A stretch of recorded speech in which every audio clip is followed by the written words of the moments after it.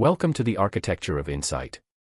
This profile explores the extraordinary life of Richard W. Hamming, a visionary mathematician who profoundly shaped our modern world. From managing the critical calculations of the Manhattan Project to his groundbreaking work at Bell Labs, Hamming laid the mathematical foundations for digital reliability. However, his legacy goes far beyond technical achievements like error-correcting codes. Later in life, he distilled his unique philosophy on creativity, impact, and intellectual courage into what became known as the Hamming Way. This work serves as a masterclass on how to conduct world-class, meaningful science.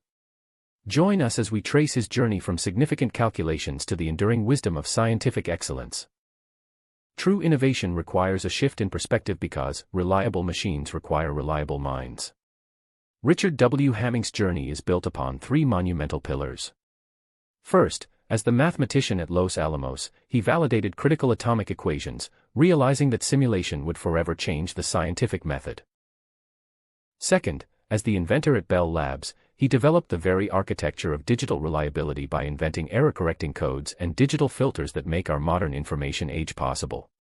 Finally, as the mentor at the Naval Postgraduate School, he distilled the principles of human greatness, teaching generations of scientists to tolerate ambiguity and address the world's most pressing problems.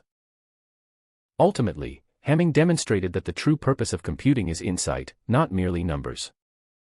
To understand the pioneer, we must examine the four distinct environments that shaped him. First, the foundation, 1915 to 1945. Raised during the Great Depression, Hamming discovered George Boole's laws of thought, which laid the philosophical groundwork for his future encoding theory. Next is the crucible at Los Alamos, 1945 to 1946.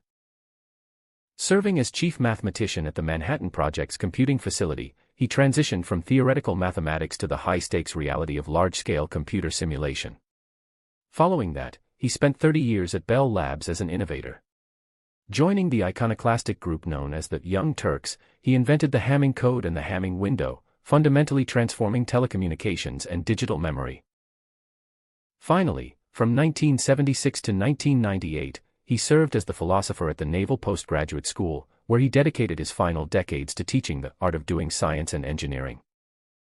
Mathematics is a fundamental pillar of modern society, a truth that Richard Hamming learned in one of the highest-stakes scenarios imaginable. In 1945, a physicist asked Hamming to check the arithmetic on a critical equation prior to the Trinity test. The stakes were unimaginable. Hamming realized that the equation calculated the probability of a nuclear detonation igniting Earth's entire atmosphere. Rather than delegating the task, he decided to verify it himself. This experience led him to a haunting insight, as he questioned his own role in risking all known life while lacking essential knowledge. Ultimately, the math proved to be correct, and the atmosphere did not ignite. However, Hamming left Los Alamos with a profound legacy, the understanding that computation must be employed to simulate scenarios that are too dangerous or impossible to test in reality. Great innovation often stems from inspired frustration. In 1947, as a junior researcher at Bell Labs, Hamming was given access to the Model V computer only on weekends. One Friday evening, he started a complex program, but when he returned on Monday morning, he found it had failed. The machine had detected a single, minor error early on, which caused it to terminate the entire program and sit idle all weekend. This experience ignited a sense of indignation in him. If a machine can detect an error, why can't it identify where it is and fix the problem? Rather than accepting this limitation, Hamming decided to develop mathematical rules that would enable the machine to correct itself. Hamming's frustration sparked a revolution in the field of error correction, building reliable systems from unreliable components. Previously, simple parity codes could only detect errors and halt the machine, with no capability to correct them. To address this limitation, Hamming introduced the concept of Hamming distance, which measures the number of positions at which two code words differ. This metric helps define the physical distance between valid data points. This innovation led to the development of the Hamming code in 1950. By adding carefully calculated extra, parity bits, to a block of data, the system could automatically identify the exact location of a corrupted or flipped bit, allowing for instant correction without human intervention. This breakthrough fundamentally enabled advancements in high-density computer memory, modems, satellite communications, and compact disks. Hamming's contributions provided essential tools for the digital revolution, bridging the fields of signal processing and software development. In signal processing, he introduced the Hamming window. When analyzing finite-length signals, abrupt truncations can cause harsh high-frequency artifacts known as the Gibbs phenomenon. To address this issue, Hamming developed a raised cosine windowing function that smooths these sharp edges, creating a digital filter that is indispensable in audio processing and spectrum analysis today.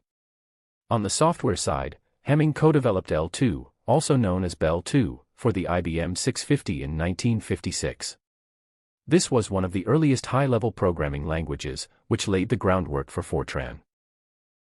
Additionally, he improved Milne's method by developing the Hamming predictor corrector, which addressed critical issues of instability and round-off error in high-stakes military and engineering simulations. True progress is often driven by first-class troublemakers doing unconventional things. At Bell Labs, Hamming shared an office with Claude Shannon and collaborated with John Tukey. Together, they formed a highly unconventional group known as the Young Turks, actively challenging traditional mathematical conventions. Hamming deliberately distanced himself from his peers by eating lunch with the physics department rather than his fellow mathematicians. He pursued intuition and sought out physical reality and practical, messy problems rather than abstract, isolated theorems. What was the result of this rebellion? Their impatience with rigid conventions forced management to tolerate their methods and leave them alone. By refusing to engage in ordinary work, this defiant group produced some of the laboratory's most significant historical achievements. Every great thinker eventually faces a defining moment, the choice to transition from producing scientific work to producing the next generation of scientists. While reflecting on a poster showcasing the historical achievements of Bell Labs, Hamming realized that his most valued contributions had come during his first 15 years there. Recognizing that researchers are often most original early in their careers, he wisely chose to step aside rather than continue to occupy space. This realization led him to make a significant change. In 1976, at the age of 61, he retired from Bell Labs and transitioned to the Naval Postgraduate School. Embracing this new mission, he abandoned his own research to focus entirely on teaching. His renowned capstone course, The Art of Doing Science and Engineering, did not focus on rigid formulas. Instead, it taught students how to learn and prepared their minds for the challenges of the year 2020. What distinguishes the ordinary from the extraordinary? Hamming outlined this distinction in his diagnostic matrix of human greatness. While the average scientist typically works with their office door closed, the great scientist keeps it open, actively welcoming serendipity and interruption. The average researcher tends to focus on safe, routine, and conventional problems, whereas the great mind is relentless in tackling important problems. Moreover, while average thinkers often fall into blind conformity by fully accepting current theories, great minds embrace ambiguity, maintaining just enough doubt to foster innovation. Finally, instead of merely reading to replicate existing solutions, a great scientist reads to comprehend the broader landscape, thinking independently to discover completely new paths forward. True intellectual breakthroughs require navigating the delicate tension of ambiguity. Most people seek binary comfort, falling into the trap of certainty. However, if you completely believe in a theory, you may overlook its significant flaws. On the other hand, the trap of skepticism can be paralyzing. If you doubt a theory entirely, you may never begin any worthwhile work. Great thinkers, instead, walk the tightrope of what is called the Hamming balance. They believe in a theory just enough to apply it, but remain skeptical enough to recognize its minor errors and contradictions. It is precisely within this uncomfortable tension that opportunities for significant paradigm shifts arise. To achieve significant impact, a thinker must master the epistemology of great work through three distinct strategic principles. First, invert the problem. Rather than attempting to solve a confusing problem presented to you, take the time to redefine and clarify it into its ideal form. This ensures that the final solution can be universally applied. Second, survive the 7-year itch. Deliberately change your field of research every 7 years. As you use up your originality over time, it's essential to re-embrace a beginner's mindset to avoid relying solely on your past reputation. Finally, use conformity as a tool. Minimize minor rebellions against organizational norms, such as dress codes. By conforming in trivial matters, you can achieve the professional peace and cooperation necessary to focus your energy entirely on essential research. True reliability requires a unified architecture that connects computational code and the human mind. In 1950, Hamming recognized that hardware is inherently flawed. His solution was to develop an algorithmic system that uses parity bits to detect and correct errors, allowing calculations to continue seamlessly. He designed mathematical structures that accepted system unreliability as an unavoidable truth and incorporated automatic mechanisms to correct it. By 1986, Hamming understood that human thinking is equally flawed, often affected by bias, boredom, and blindness. To address human unreliability, he created a philosophical corrective system: keep your office door open to combat isolation, tolerate and embrace ambiguity to challenge dogma, and invert the problem to effectively correct intellectual drift and gain new insights. The ultimate measure of a visionary's career is the extent of their lasting impact, which is often recognized through prestigious honors in science.